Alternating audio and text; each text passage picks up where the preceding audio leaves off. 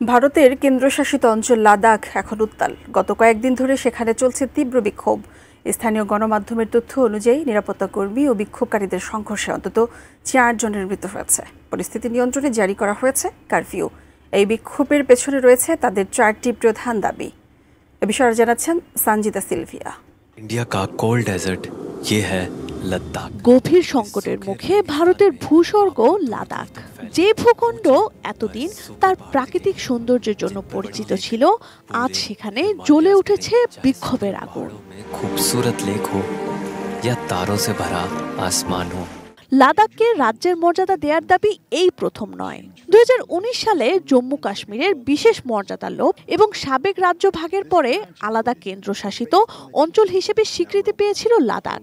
কিন্তু দীর্ঘদিন ধরেই পূর্ণ রাজ্যের মর্যাদা পাওয়ার দাবি টানা পাচ্ছে উত্তর ভারতের এই প্রান্তিক অঞ্চলে।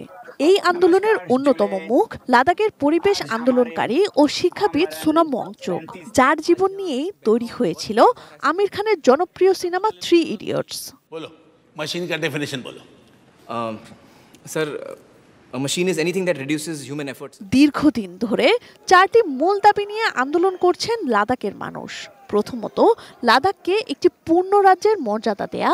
দ্বিতীয়ত, সংবিধানের 6ষ্ঠ তফসিলে লাদাখকে অন্তর্ভুক্ত করা, যা তাদের ভূমি, সংস্কৃতি এবং ঐতিহ্যকে রক্ষা করবে। তৃতীয়ত, স্থানীয়দের জন্য চাকরি সংরক্ষণ এবং চতুর্থত, 2টি পৃথক লোকসভা আসন। সোনাম ওয়াংচুক সহ নেতারা মনে করছেন, কেন্দ্রশাসিত অঞ্চল হওয়ার কারণে লাদাখের নিজস্ব সরকার গঠনের ক্ষমতা সীমিত হয়েছে, যার ফলে সেখানকার তরুণরা কর্মসংস্থান এবং রাজনৈতিক অধিকার থেকে বঞ্চিত হচ্ছে।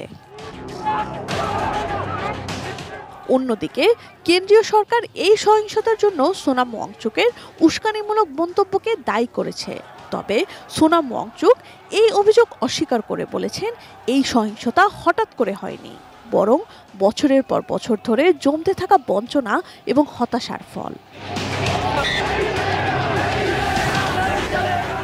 এই অঞ্চলের ভূ রাজনৈতিক গুরুত্বের কারণে লাদাখের এই পরিস্থিতি এখন কেবল একটি স্থানীয় ইস্যু নয়, বরং ভারতের অভ্যন্তরীণ নিরাপত্তার জন্য একটি বড় চ্যালেঞ্জ।